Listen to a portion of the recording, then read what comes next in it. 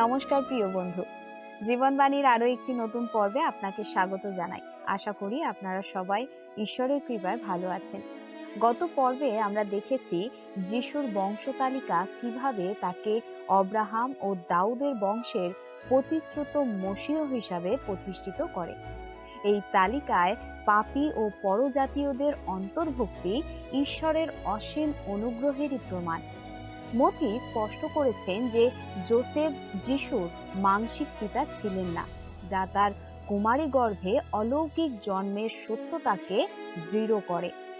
আজ আমরা মথি 1:17-23 আলোচনা করব, যেখানে যিশু খ্রিস্টের অলৌকিক জন্মের উপরে বিশেষভাবে আলোকপাত করা হয়েছে। তাহলে চলুন আজকের পাঠ শুরু করা যাক।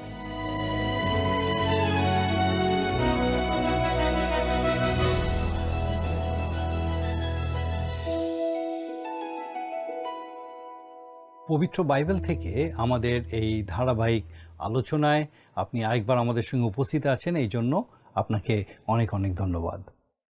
আমাদের আজকের আলোচনায় আমরা প্রভু যীশু খ্রিস্টের কুমারী গর্ভে জন্ম এবং তার ঐতিহাসিক ও আত্মিক প্রেক্ষাপটের বিষয় দেখব। আমরা সাধু মথিলিখিত সুসমাচার থেকে আমাদের অধ্যয়ন শুরু করেছি। লোকলিখিত সুসমাচারের রচয়িতা লুক ছিলেন একজন গ্রিক চিকিৎসক। একজন ডাক্তার রূপে তিনি তার লেখনীতে প্রসূতিবিদ্যার বিষয়গুলো অত্যন্ত বিস্তারিতভাবে তুলে ধরেছেন। মথি এবং লুক উভয় সুসমাচারই স্পষ্টভাবে ঘোষণা করে যে যিশু কুমারী গর্ভে জন্মগ্রহণ করেছিলেন। যোসেফ তার জন্মদাতা পিতা ছিলেন না। তবে এই কথার এই অর্থ নয় যে মরিয়ম যোসেফের প্রতি অবিশ্বস্ত ছিলেন, কখনোই না। প্রভু যিশু কোনো অবৈধ সন্তান নন, দয়া করে এ বিষয়টা বুঝবেন। বরং এটি ছিল ঈশ্বরের এক নতুন সৃষ্টি, যার উল্লেখ জিরোমীয় ভাববাদীর পুস্তকেও পাওয়া যায়। জিরোমীয় ভাববাদী তার 31-22 নারী পুরুষকে বেষ্টন করিবে। ব্যক্তিগতভাবে কোনো সাধারণ মানুষ যদি কুমারী গর্ভে জন্মে বিশ্বাস না করেন, তাতে আমার কোনো আপত্তি নেই।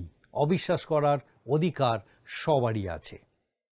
কিন্তু আমার দুটি মৌলিক আপত্তি রয়েছে। প্রথমত, আমি মনে করি না যে একজন খ্রিস্টীয় বাইবেল শিক্ষকের পক্ষে প্রভু যিশুর কুমারী গর্ভে জন্মকে অস্বীকার করা উচিত। যদি তিনি এই মূল সত্যটি বিশ্বাস না করেন, তবে তার উচিত বাইবেল শিক্ষকের কাজ ছেড়ে দিয়ে বীমা বিক্রির মতো কোনো পেশায় যোগ দেওয়া, যেখানে জন্ম মৃত্যুর জাগতিক হিসাব নিকাশ ভিন্নভাবে করা হয়। দ্বিতীয়ত, কেউ যদি দাবি করেন যে বাইবেল কুমারী গর্ভে জন্মের শিক্ষা দেয় না, তবে তিনি নিশ্চিতভাবে ভুল বলছেন। ইতিহাসে আমরা কেবল সেই যিশুরই অস্তিত্ব পাই যার জন্ম ছিল অলৌকিক ও কুমারী গর্ভে। আমি আরেকবার বলি, আমরা সেই যিশুরই অস্তিত্ব পাই যার জন্ম ছিল অলৌকিক ও কুমারী গর্ভে। আপনি যদি এই সত্য অস্বীকার করতে চান, তবে আপনার কাছে সপক্ষে কি দলিল বা প্রমাণ আছে? মানুষের তুচ্ছ যুক্তি বা বৌদ্ধিক ধারণা কোনোভাবেই ঐতিহাসিক নথির বিকল্প হতে পারে না। কোনো ধর্মতাত্ত্বিক সেমিনারিতে আরাম কেদারায় বসে কুমারী গর্ভে জন্মের অসম্ভবতা নিয়ে গভীর একটা থিসিস লেখা খুব সহজ। কিন্তু এই অস্বীকৃতির পিছনে কোনো শক্তিশালী দলিল নেই, আছে কেবল যুক্তিবাদ। আপনি বা যে কেউ যুক্তি দিয়ে বলতে পারেন এটা ঘটা অসম্ভব। কিন্তু আপনি বা আমি এটা বলার কে যে এটা অসম্ভব? কয়েক বছর আগেও মানুষ বলেছিল চাঁদে যাওয়া অসম্ভব, কিন্তু বিজ্ঞানের উৎকর্ষে আমরা সেখানে পৌঁছেছি। মনে রাখতে হবে, ঈশ্বরই প্রাকৃতিক নিয়মের স্রষ্টা। তিনি চাইলে এই নিয়মগুলো ব্যবহার করতে পারেন, আবার তার উদ্দেশ্য সাধনের জন্য সেগুলোকে সাময়িকভাবে স্থগিত রাখতে পারেন। শাস্ত্রীয় নথিপত্র অত্যন্ত স্পষ্টভাবে প্রভু যিশুর এই অলৌকিক জন্মের সাক্ষ্য দেয়।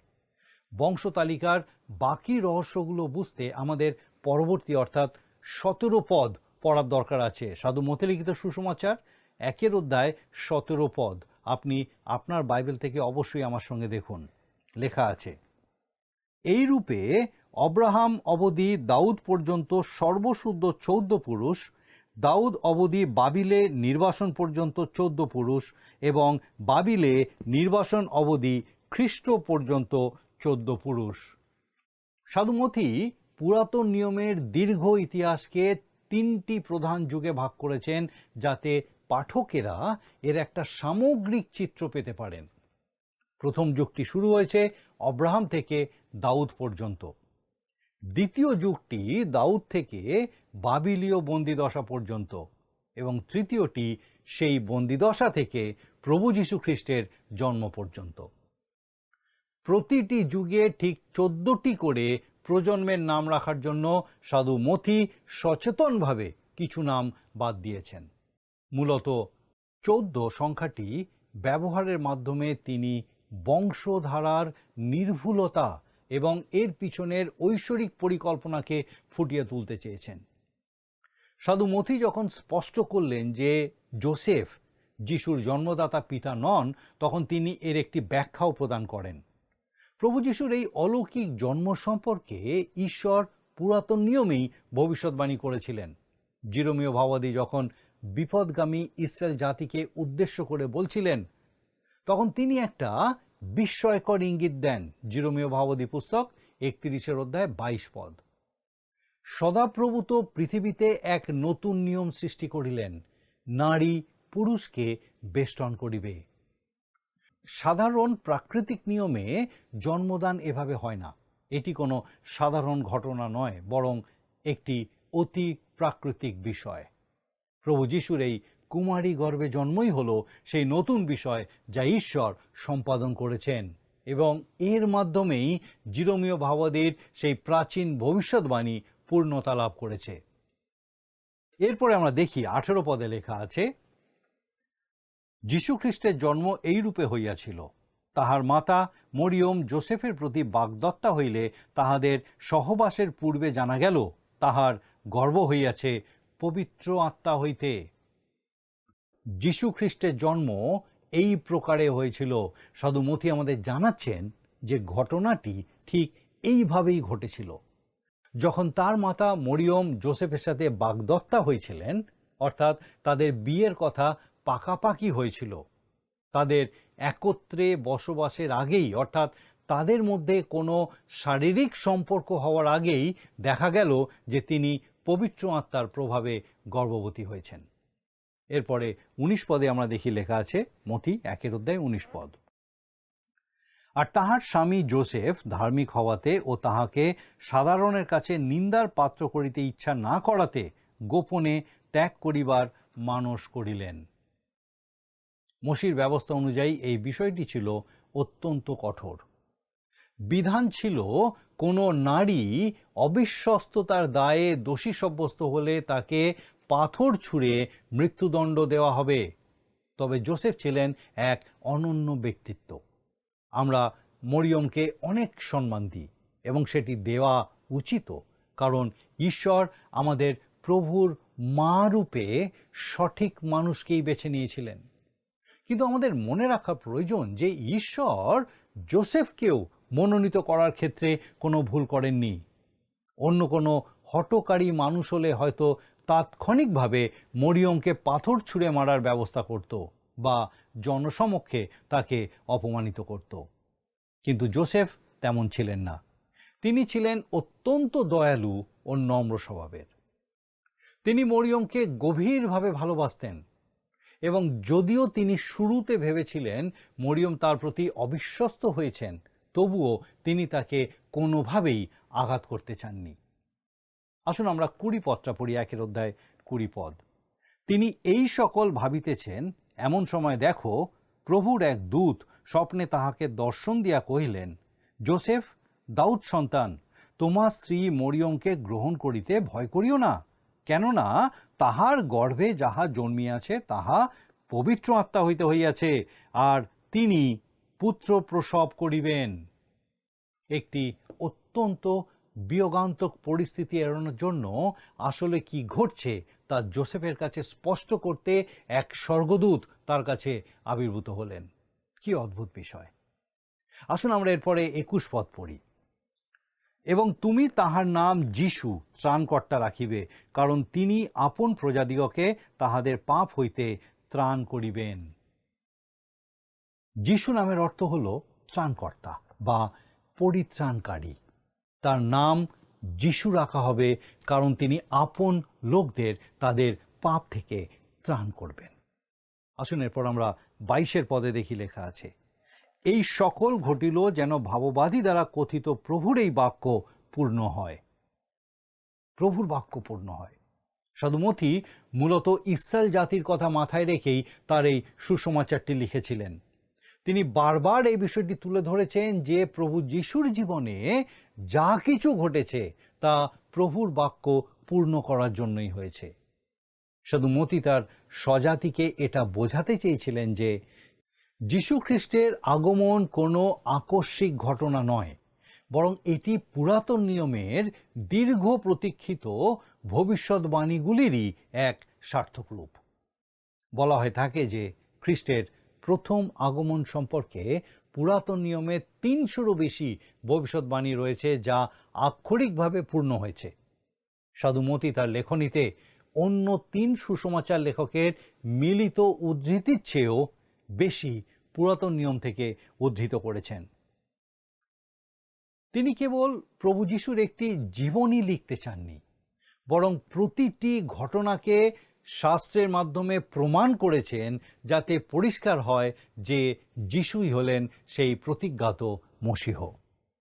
এখন তিনি যিশায় ভাববাদী 7 অধ্যায়ে 14 পদ, যিশায় ভাববাদী পুস্তক 7 অধ্যায় 14 পদের সেই সুনির্দিষ্ট ভবিষ্যৎবাণীটি উল্লেখ করছেন, যেটা মথী তার 1 অধ্যায় 23 পদে লেখা আছে।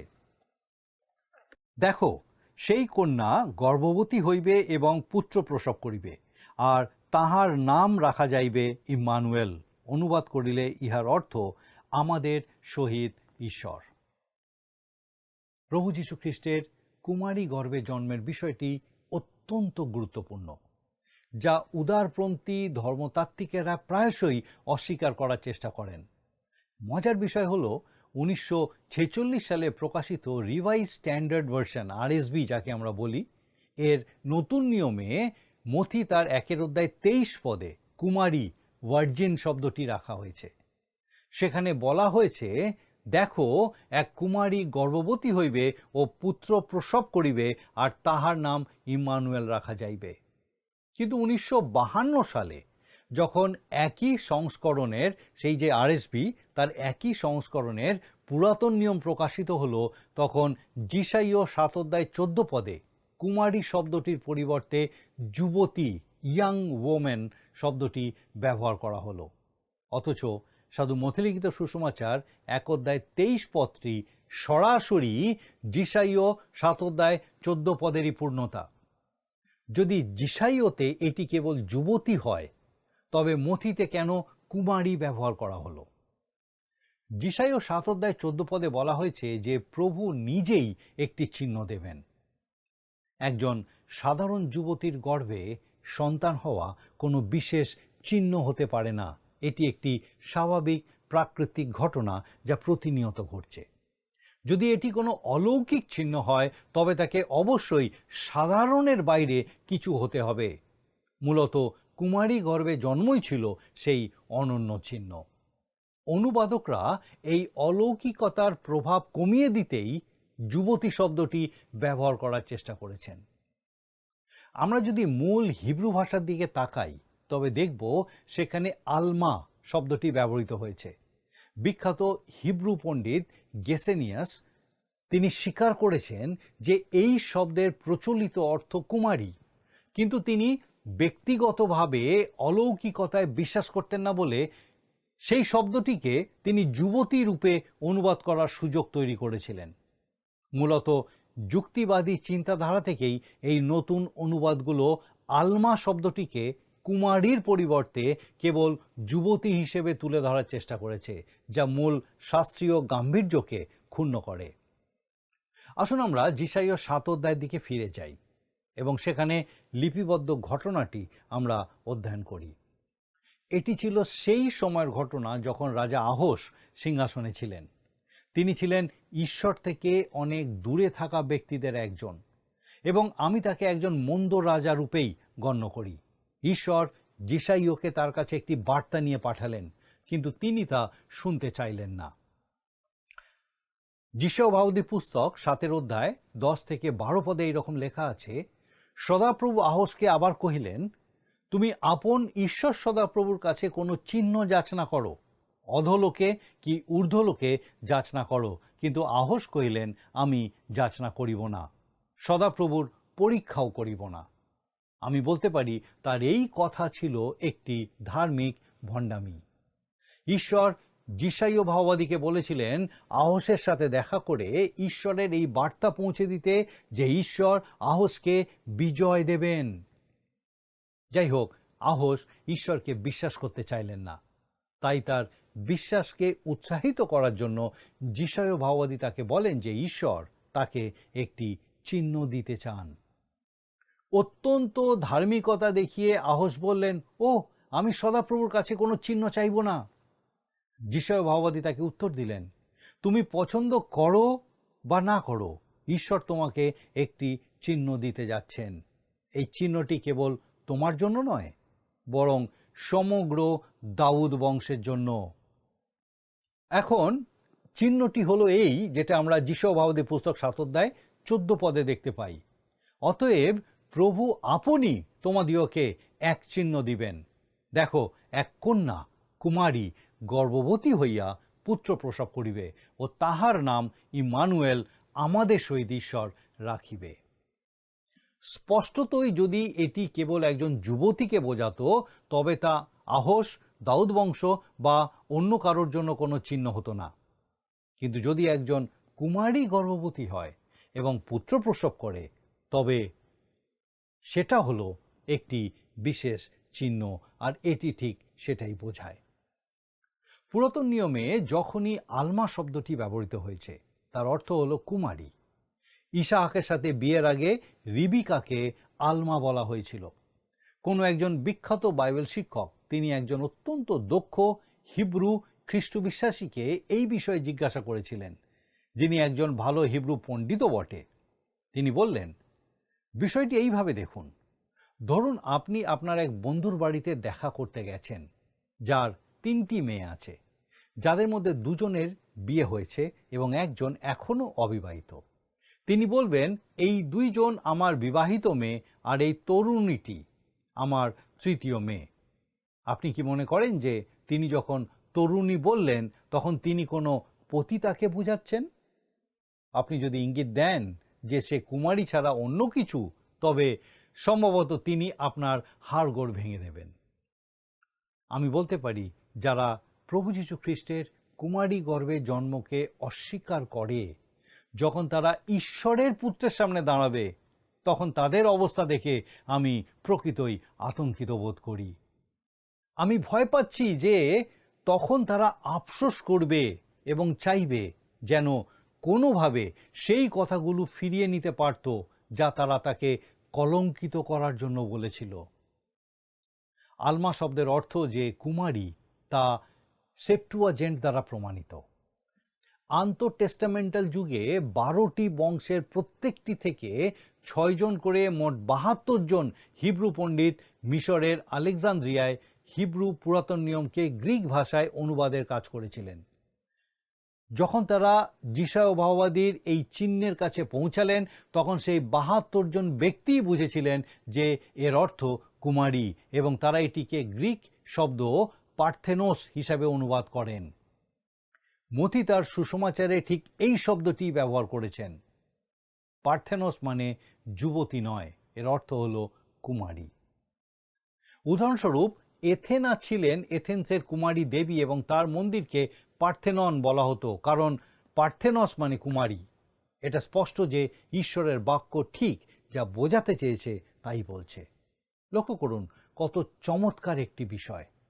দেখো, এক কুমারী গর্ভবতী হইবে ও পুত্র প্রসব করিবে, আর তাহার নাম ইম্মানুয়েল রাখিবে। তাহার অর্থ আমাদের সহিত ঈশ্বর। এখানে দেখে মনে হতে পারে একটি সমস্যা আছে। আপনি কি বলতে পারেন যিশুকে কোথায় কখনো ইম্মানুয়েল বলে ডাকা হয়েছে?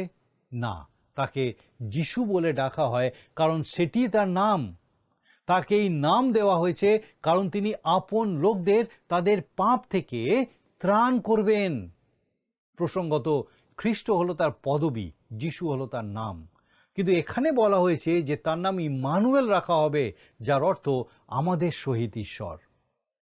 এখানে আমরা সমগ্র ঈশ্বরের বাক্যের মধ্যে সব থেকে চমৎকার বিষয়গুলো একটি মিল খুঁজে পাই। আসুন দেখা যাক, ইম্মানুয়েল মানে আমাদের সহিত ঈশ্বর। তিনি কুমারী গর্ভে না জন্মালে কখনোই ইম্মানুয়েল বা আমাদের সহিত ঈশ্বর হতে পারতেন না। এটি একমাত্র পথ। আর লক্ষ্য করুন, তিনি যতক্ষণ পর্যন্ত ইম্মানুয়েল নন ততক্ষণ তিনি যিশু বা ত্রাণকর্তা হতে পারেন না। তাকে যিশু বা ত্রাণকর্তা ডাকার কারণ হলো তিনি আমাদের সহিত ঈশ্বর। এই পৃথিবীতে নেমে আসা সেই ব্যক্তির সম্পর্কে এই সত্যটি বাইবেলের অন্যতম বিস্ময়কর বিষয়। ইব্রিয় তার 2:9 লেখা আছে, কিন্তু দূতগণ অপেক্ষা যিনি অল্পই ননীকৃত হইলেন সেই ব্যক্তিকে অর্থাৎ যিশুকে দেখিতেছি, তিনি মৃত্যুভোগ হেতু প্রতাপ ও সমাদর মুকুটে বিভূষিত হইয়াছেন, যেন ঈশ্বরের অনুগ্রহে সকলের নিমিত্ত মৃত্যুর আস্বাদ গ্রহণ করেন। তাকে এমন একটি বলি হতে হতো যা গ্রহণযোগ্য। আমি জগতের পাপের জন্য মরতে পারতাম না, এমনকি আমি নিজের পাপের জন্য কোনো প্রায়শ্চিত্তকারী মৃত্যুবরণ করতে পারি না, কিন্তু তিনি পারেন। যিশু কিভাবে একজন ত্রাণকর্তা হতে পারেন? কারণ তিনি ইম্মানুয়েল, আমাদের সহিত ঈশ্বর। তিনি কিভাবে আমাদের সঙ্গে এলেন? তিনি কুমারী গর্ভে জন্মেছিলেন। আমি আবারও বলছি, তাকে যিশু বলে ডাকা হতো, কখনোই ইম্মানুয়েল বলে ডাকা হয়নি। কিন্তু তিনি ইম্মানুয়েল বা আমাদের সহিত ঈশ্বর না হলে আপনি তাকে যিশু বলতে পারেন না। জগতের ত্রাণকর্তা হওয়ার জন্য তাকে অবশ্যই ইম্মানুয়েল হতে হবে। কুমারী গর্ভে জন্মের গুরুত্ব ঠিক এতটাই। একজন ব্যক্তি কি খ্রিস্ট বিশ্বাসী হয়েও কুমারী গর্ভে জন্মকে অস্বীকার করতে পারে? আমার কথা খুব মনোযোগ দিয়ে শুনুন। আমি বিশ্বাস করি যে খ্রিস্ট সম্পর্কে খুব বেশি কিছু না জেনেও তাকে ত্রাণকর্তা রূপে গ্রহণ করা সম্ভব। আপনি হয়তো এও জানেন না যে বাইবেলে এই ঘটনাটি লেখা আছে, কিন্তু আপনি একবার ঈশ্বরের সন্তান হওয়ার পর প্রভু যিশুর কুমারী গর্ভে জন্মকে আর অস্বীকার করতে পারবেন না। পরিত্রাণ পাওয়ার জন্য হয়তো এটি আগে থেকে জানার প্রয়োজন নেই, কিন্তু ঈশ্বরের সন্তান রূপে আপনি যীশু খ্রিস্টের কুমারী গর্ভে জন্মকে অস্বীকার করতে পারেন না। আমাকে কি খুব একগুঁয়ে বা কঠোর মনে হচ্ছে? আমি আশা করি তাই মনে হচ্ছে, কারণ আমি মনে করি এটি অত্যন্ত গুরুত্বপূর্ণ। আমি এমন একজন ত্রাণকর্তা চাই যিনি আমার কাছে পৌঁছে আমাকে, এই দীপেন্দ্র হালদারকে উদ্ধার করতে সক্ষম। তিনি যদি আমার মতো সাধারণ একজন মানুষ হতেন তবে তিনি আমাকে খুব বেশি সাহায্য করতে পারতেন না। কিন্তু তিনি যদি কুমারী গর্ভে জন্মানো ইম্মানুয়েল বা আমাদের সহিত ঈশ্বর হন, তবে তিনি আমার ত্রাণকর্তা। তিনি কি আজ আপনার ত্রাণকর্তা? তিনি এভাবেই আমাদের মানব স্বভাব নিজের উপর তুলে নিয়েছিলেন, যেন তিনি আমাদের জন্য মৃত্যুর স্বাদ গ্রহণ করতে পারেন এবং ক্রুশে আমাদের জন্য প্রায়শ্চিত্তকারী মৃত্যুবরণ করতে পারেন। আসুন প্রার্থনা করি, আর আমি চাইব আপনিও যোগ দিন। আসুন প্রার্থনা করি। পরম করুণাময় স্বর্গীয় পিতা ও প্রভু, তোমার ধন্যবাদ স্তুতি করি, তোমার গৌরব করি সুন্দর সময়ের জন্য। ধন্যবাদ দি পিতা, তোমার প্রিয় পুত্র প্রভু যিশুকে আমাদের জন্য পাঠিয়েছিলে যেন তিনি আমাদের পাপ স্বরূপ হতে পারেন এবং আমরা তার ধার্মিকতা স্বরূপ হতে পারি। ধন্যবাদ দিয়ে আজকে আমাদের প্রত্যেক দর্শক বন্ধুকে আরেকবার পিতা গো, তুমি নিশ্চিত রূপে এই সত্য তাদের জীবনে প্রতিষ্ঠিত হতে সাহায্য করলে যে প্রভু তুমি তোমার প্রিয় পুত্র প্রভু যিশুকে তাদের জন্য প্রেরণ করেছ, যেন তিনি সেই প্রত্যেকের পাপ স্বরূপ হতে পারেন, যেন সেই প্রত্যেকে তার ধার্মিকতা স্বরূপ হতে পারে। প্রভুকে ধন্যবাদ দিয়ে আমাদের সেই প্রত্যেক দর্শক বন্ধুর জন্য, তাদের পরিবার পরিজন প্রত্যেককে পিতা তোমার এই সত্যে নতুনভাবে উৎসাহিত উজ্জীবিত হয়ে তোমার গৌরব করতে সাহায্য করো। প্রভু তোমার পবিত্র পরাক্রমে তাদের সহায় সবর্তী হও, সুস্থ সবল রাখো, সমস্ত মন্দতা থেকে রক্ষা করো এবং তোমার প্রতি দৃষ্টি স্থির করে পিতা তোমার অনুগ্রহে, তোমার সহভাগিতায়, তোমার সান্নিধ্যে তোমার গৌরব করতে সাহায্য করো। তোমার যিশু নামে ভিক্ষা দয়া করে শ্রবণ গ্রহণ করো। আমেন।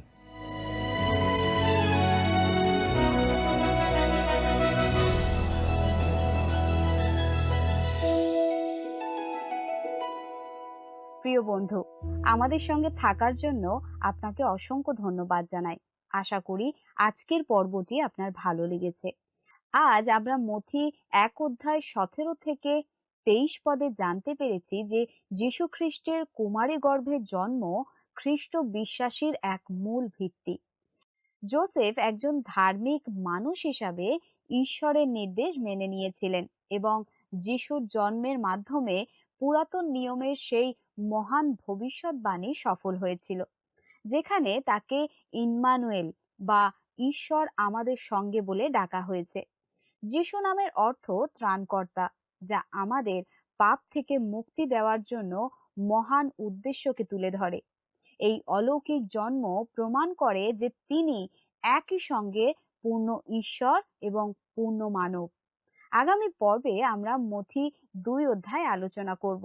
সেখানে আমরা জ্ঞানীদের আগমন, মিশরে পলায়ন এবং নাসরতে ফিরে আসার কাহিনী জানব। ততক্ষণ পর্যন্ত প্রার্থনায় থাকুন। ঈশ্বর আপনার মঙ্গল করুন। নমস্কার।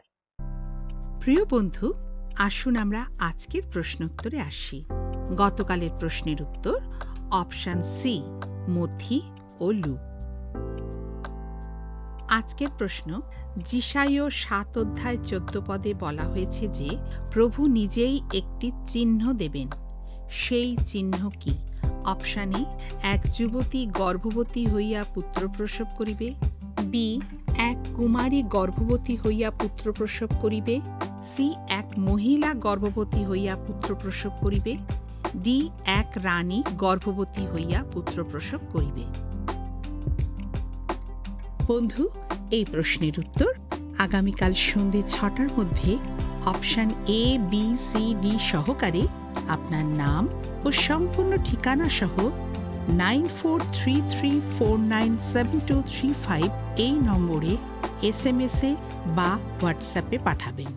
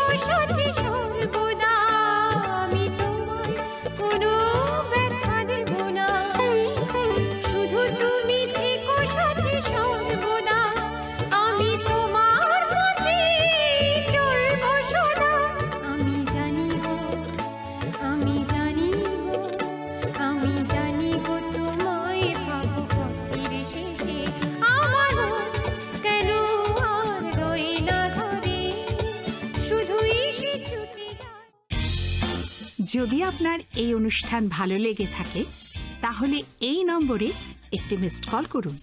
তাহলে আপনি পরের বারের বিজয়ী হতে পারেন।